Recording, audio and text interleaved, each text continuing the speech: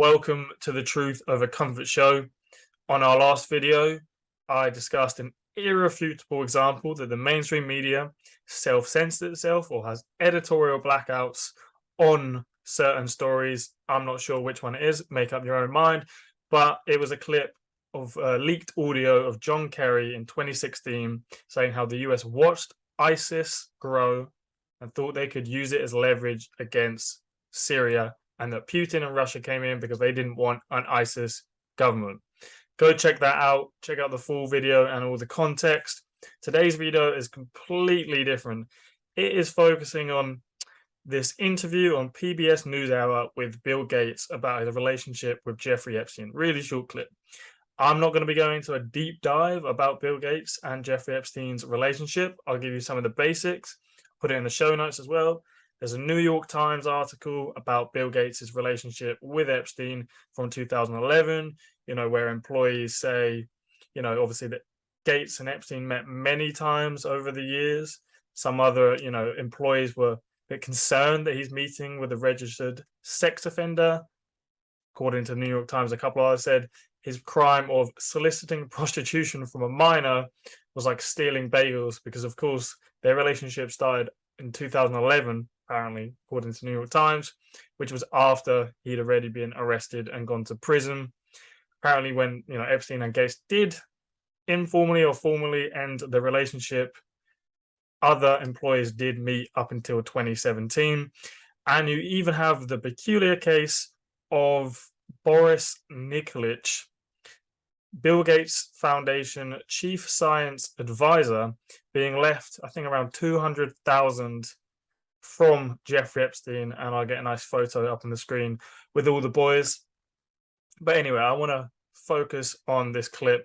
And also, I'd also encourage you to check out Whitney Webb's work, where she says the relationship started long before 2011. She has a series of articles on it. She's had a book come out about Epstein. So I recommend checking that out yourself. But anyway, so Bill Gates is on PBS NewsHour being questioned about Jeffrey Epstein. He, of course, does fund PBS and another slew of media organizations to millions. That's another episode. So he's on there, he's getting questioned about his relationship. He's, doing these hand movements, get nervous. Doesn't really seem like he wants to, be questioned about this. Is definitely holding back, answers of more knowledge and context of their relationship. But it's about the final question.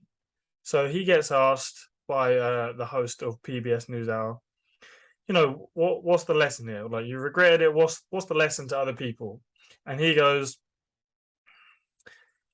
well, the lesson is he's dead, and people should be more careful. Reported at that time that you had a number of meetings with Jeffrey Epstein, who, when you met him 10 years ago, he was convicted of soliciting prostitution from minors. What did you know about him when you were meeting with him, as you've said yourself, in the hopes of raising money? I had dinners with him. I regret doing that.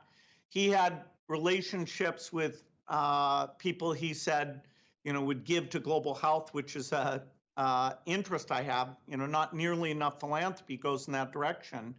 Those meetings were a mistake. They didn't result in what he purported, and I cut them off. That goes back a long time ago now.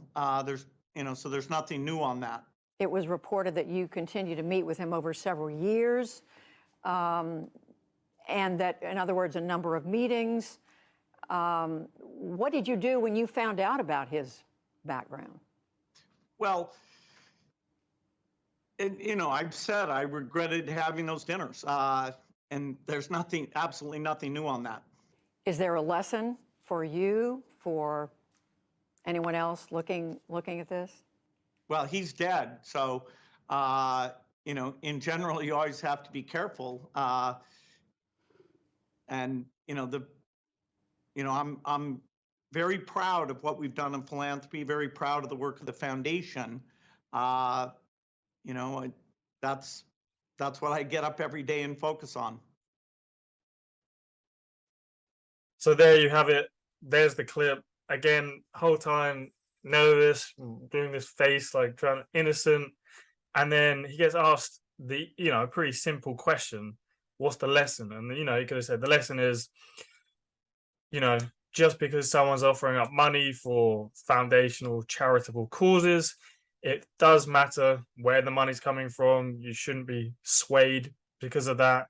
And, I completely regret and encourage other people not to, meet with people like that. Instead, he's like this remorseless, autistic guy. Like every time I hear him listen and speak, he just doesn't seem like he has the social skills to understand it, or he's in a bubble where you can literally say on live TV to an organization you fund, yeah, the lesson is he's dead and people need to be more careful. Is that a threat?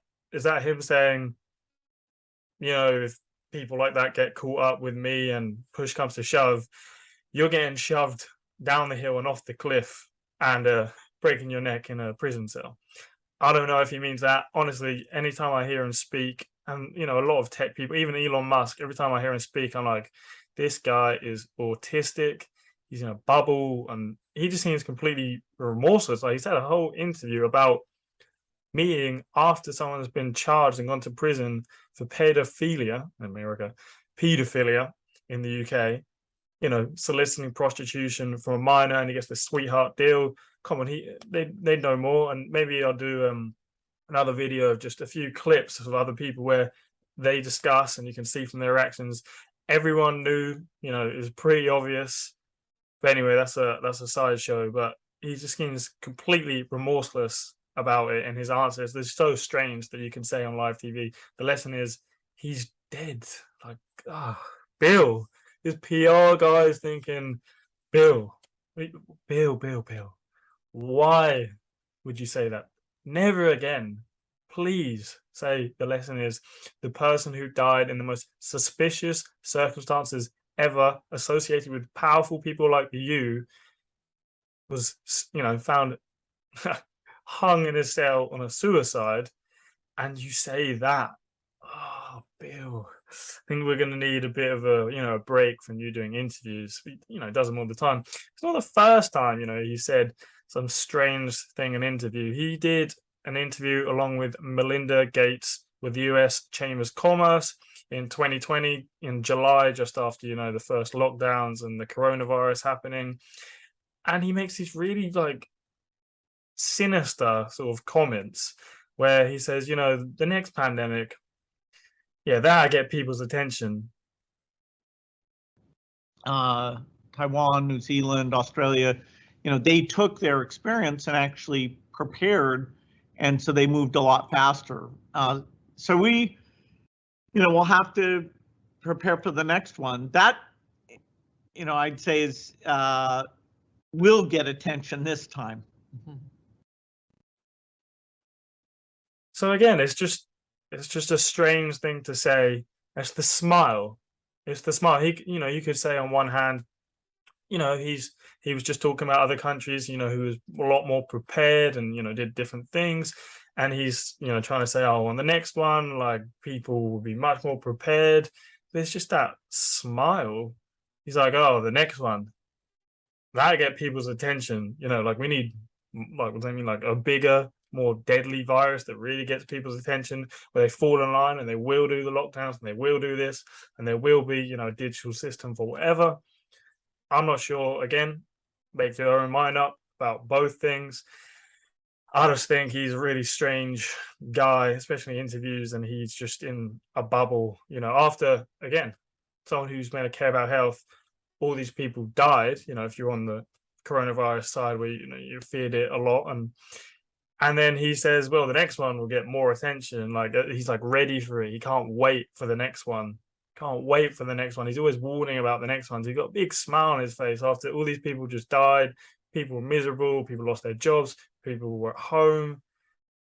Again, make your own mind up. I think it's very strange. He's a strange guy, and there's a lot to say on him on other videos with his, buying land here, like #1 farm landowner in the US.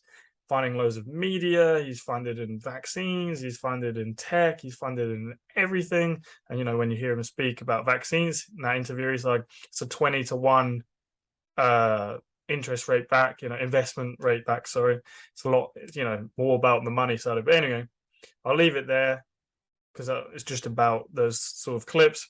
I hope you enjoyed it, and I hope, you know, you didn't know about one of the clips, and have a look further into his Jeffrey Epstein relationship, because it's hard to say, you know, you could love Bill Gates and say he's, you know, the most charitable guy on this side. You can't ignore the fact he had a relationship with Jeffrey Epstein over a number of years, and then that response. So thanks for listening, and I hope you enjoyed it.